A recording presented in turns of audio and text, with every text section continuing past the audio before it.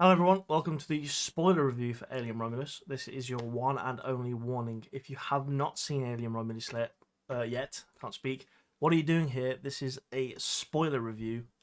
Go ahead and watch the film and then come back if you want. But I'm going to try and do this in one take. I'm probably going to ramble. I'm probably going to go off topic, but let me know how I do, guys. And I have already recorded this once, but I rambled a lot and I focused on the negatives, which I always am inclined to do. I'm going to try and structure this one a little bit more. I've got my notes in front of me, but let's get straight into it. Let's get straight into the spoilers. So, overall, right off the bat, I want to say it's a good movie. I gave it a 6.5 out of 10. I stand by that. I think that had the ending not existed, which is quite dramatic, but had the ending not existed, had they ended the film when the characters of the survivors got onto their ship again and started putting people in cryotubes, if it had ended there, I'd give it a 7, maybe a 7.5 quite comfortably. I thought it was a good Alien film. It's the insistence on Ridley Scott, not Scott Ridley, which I kept saying in my spoiler-free review, but it's the insistence of Ridley Scott to keep pushing this black goo engineer created all life narrative that I really just don't like. I don't enjoy it, and it harms this movie. It's like, that's just in my opinion. It completely harms this movie. So I think had they avoided that, yeah, it would have been a way better film. I mean, ultimately, in my opinion, a better film would be that. So there's a cold open to this film. I'll start from the beginning. Give you some context first. There's a cold open to this film, and I mean you've seen the film hopefully. So the cold open, when they get Big Chap, they bring him on board the Romulus and Remus station. It's in two halves, and then they do tests on him basically, and somehow they pull magic facehuggers out of his ass or something. I don't know, but yeah, they do that, and I would rather have seen a film about that and about Big Chap, running riot again, getting loose, running riot, and then obviously the crew being taken over by the xenomorphs infestation. I think that would have been a way better film, in my opinion. I do like that this film goes back to its roots, which is, you'll see loads of people saying that online, and it's true to an extent. It is actually true. It's a lot smaller of a crew. I don't really like the characters, I think, because there's no character development at all. There's zero character development at all for any of the characters. The only character that you get any amount of backstory for is, you get a little bit for Rain, the main character, and then you get quite a bit for. Well, I say quite a bit. You get, in comparison to the others, you get quite a bit for. I think his name's Bjorn, which is the younger male character, the younger lad. And obviously you understand why he absolutely hates synthetic humanoids or androids, because he keeps basically bullying Andy, the character, and obviously Rain's like, oh, why does he keep being mean? And obviously it turns out that an android basically made the decision to sacrifice his parents to save a load of other people. A completely justified action in my mind. I think it was sacrifice 3 to save 12. I think it was. So yeah, but that's why he hates androids, and fair enough. That's the only bit of character development, or not even development. It was backstory that we got for any of the characters. In terms of like character arcs, there are none. No one grows in this film. The android Andy, does he grow? I wouldn't really say he grows. He regresses and then goes back to where he was at the start of the film. Um, I'd say the only character arc that you could argue for is that Rain originally wasn't going to take, because the aim of obviously this little excursion to the Romulus station is because they want to get cryopods, because they want to go to a planet. I can't remember the name of the planet. It's some forgettable sci-fi name. But they want to go there basically, and she wasn't going to take Andy because he's an android, and she's not allowed. And then at the end of the film, she decides, you know what, sod it, I'm going to take you. So it's not really a character arc or character development, but it's the best we've got, basically.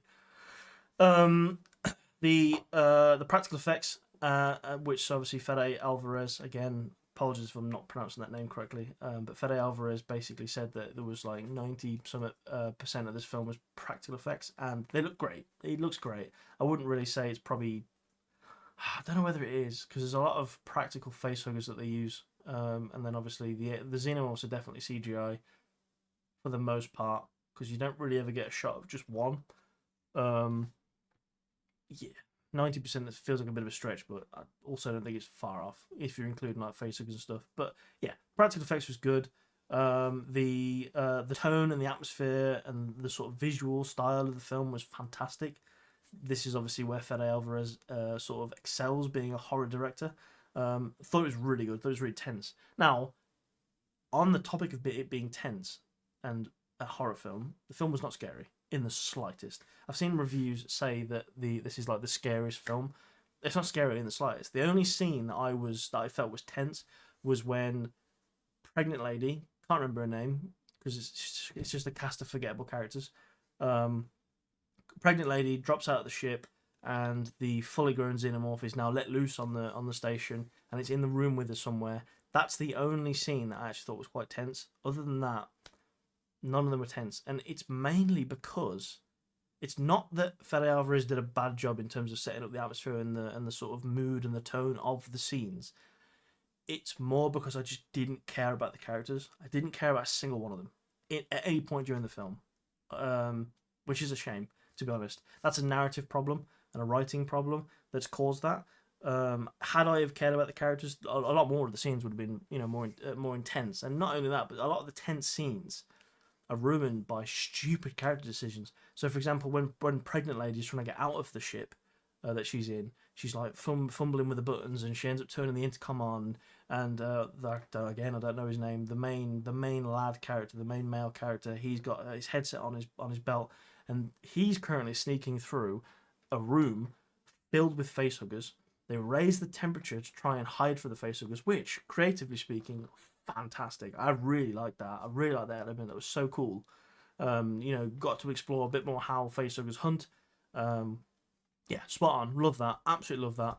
And that sequence I actually really liked. But again, the tenseness was removed because one, I didn't care about the characters, and two, he just starts talking on his headset in the middle of the room, and then they hunt by body temperature and sound. So they've raised the temperature of the room, so they're technically invisible to the facehuggers. So the only thing they've got to go off is sound, and he's there chatting away on his headset in the middle of this room, surrounded by facehuggers.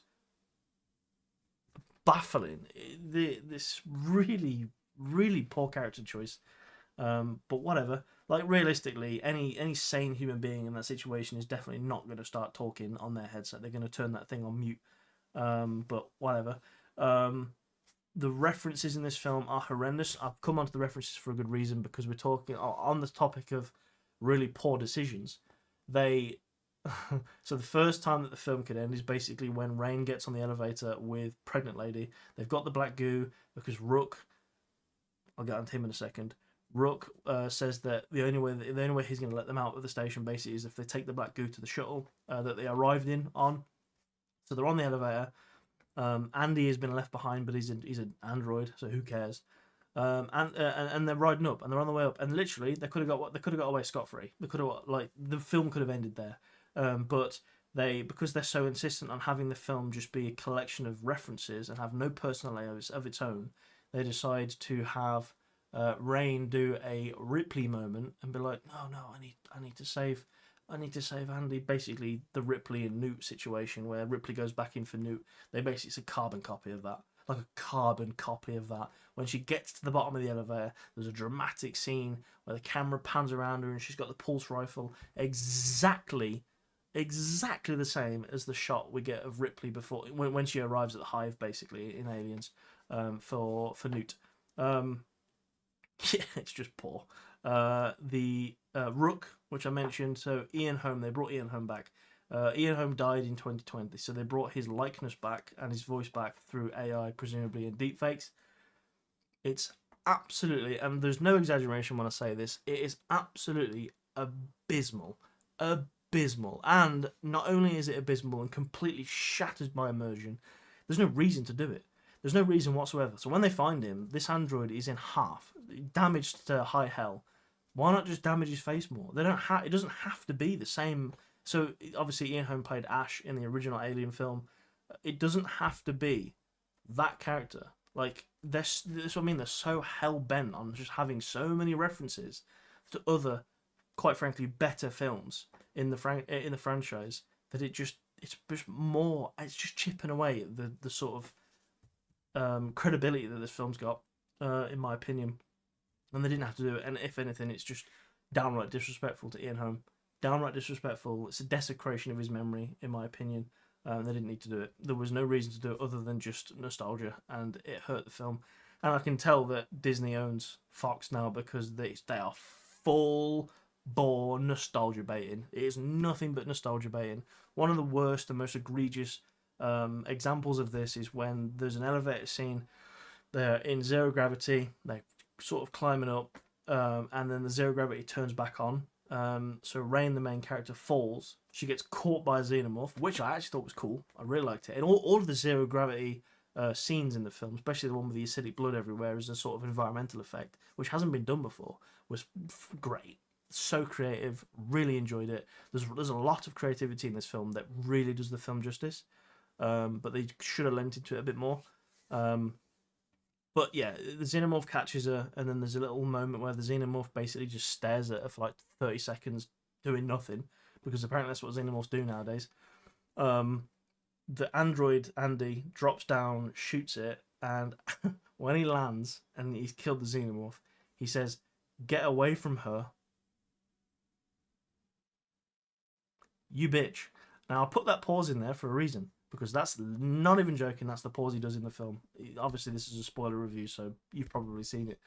It's awful, and you know exactly why they put that in there. He dropped down and was going to say, "Get away from her," and then there was a long pause because Fede Alvarez and probably Scott Ridley was like, "Oh, the people in the theater are going to be like, you bitch, say the line, say the line." It says the line, and it's just so bad. It's so cringy. Oh, it's really cringe-inducing and just embarrassing. And if you think of it timeline-wise, he actually said it before Ripley did, which is I hate. All of the Black Goose stuff I hate, which I think I've mentioned. The facehuggers are a menace in this film, like I mentioned in the spoiler-free review, and I really like that. I think that there's too much emphasis on the facehuggers, though. Obviously, you can't have xenomorphs without facehuggers, so I get it, and I did actually quite like the facehugger sequences, especially the initial one when they start hatching, because the temperature starts rising because they've taken out the coolant, because that's what they're after. So they take out the coolant for the cryopods. The room warms up, and facehuggers start dropping out of the sort of cryopods that they're in. The dialogue in this bit's pretty poor. Like, "There's something in the water." Come on, mate. You could have done something a bit better than that. But I mean, that's a nitpick, to be fair. But I thought the scene was great. It's basically two guys and the synthetic Andy, the android, in the room, avoiding a whole heap of different facehuggers. Really cool scene. Really quite enjoyed it. And then that leads to the shot that's in the trailer, where all of the facehuggers come pouring out of that door. But yeah, really, really quite cool. One thing actually to note while we're talking about the trailer is they put all of the best bits in the trailer. This is a horror film. I shouldn't be going to the cinema knowing who gets facehuggered and who has the chest burster inside them. That should be basic. Like, come on, it's common sense. Like, I shouldn't, like, it's a horror film. You want it to be as tense as possible. I should go to the cinema with knowing barely anything, and every scene then, because I don't know who's going to get got, every scene should be like, oh, who's going to get facehuggered? Who's going to get the chest burster? Oh, I can't wait. Do you know what I mean? Like, it's common. Like, come on, stop ruining films with terrible trailer design. That's not a criticism of the film necessarily, but more just like Hollywood trailer practices. But it sucks. It just sucks. As I mentioned, obviously the creativity of the film I really actually enjoyed. The whole sequence with okay, this is a negative and a positive. She's got this new pulse rifle, and this pulse rifle is a combination of the pulse rifle in Aliens and the smart rifle in Aliens. Yet it's an earlier version, like time-wise, canonically, which doesn't make really any sense. It's better. It's a better weapon than the weapon that the Colonial Marines used in Aliens, like years later, decades later, which is insane to me, but whatever. So there's that. But anyway, that leads me to this point. So she's at the end of the hallway, and the android's behind her, sort of reading her magazine count out, and she starts killing the aliens. And it's basically got this thing that sits behind her shoulder, and it does the aiming for her. It's got smart gun aim assist. And he's obviously the scene where she gets taught how to use the gun in about 10 seconds flat by one of the male characters is basically just a complete copy and paste rip job from Aliens when Hicks teaches Ripley had to use a pulse rifle. But this is what I mean. The whole film is just a copy and paste job. It's constant either direct copy and pasting or references. The whole film is so referential. It's just completely devoid of any like uniqueness, which is which is such a shame. Even the ending with the sort of weird Xeno hybrid engineer monster, it's just a reference to Prometheus. That's all it is. It's such a shame. But anyway, she's in the hallway. She kills all the aliens. The xenomorphs basically, I don't know what they're doing. I don't know what they're waiting for. They're waiting for the director to stick his thumb up or something at the end of the camera, on the other side of the camera, because they really take their time getting down this hallway. They are slow, which is really poor. And then once they get into position and the director gives his thumbs up, all the xenomorphs charge. She uses the aim assist to kill them all, and because it's in 0G, all the blood starts floating around. And that sequence after the initial, after she kills all the xenomorphs, that sequence through the 0G, through the avoiding the acidic blood, is so good. It's so good. And then obviously when the gravity turns on, that's when I mentioned before. That's when she falls in the elevator shaft. But not only that, but all of that acidic blood falls to the floor and just burns through the bottom. And they're on the bottom floor of the station. So obviously that causes a massive atmosphere vent. Yeah, great sequence. It's really good. Really creative. The deaths are pretty cool. So the acidic death. So Giga's. I don't know if I mentioned the life cycle. I'm going to mention it again. If I've already mentioned it, skip this bit. But because I've recorded this twice now, so I can't remember what I've actually spoken about. But yeah, Giga is very heavily Giga inspired. Basically a vagina that the alien turns into. So it goes facehugger, very fast chestburster gestation, which I hate. It's very rushed, completely rushed. It takes hours, if not days, in every other film. Yet this one, she goes from being facehuggered, and the facehugger doesn't even get to stay on for the whole duration, because obviously they pull it off. It implants the seed. The seed is what they refer to it in the film. Chestburster, and the chestburster's in her for about 20 minutes tops, half an hour tops, and then comes out of her.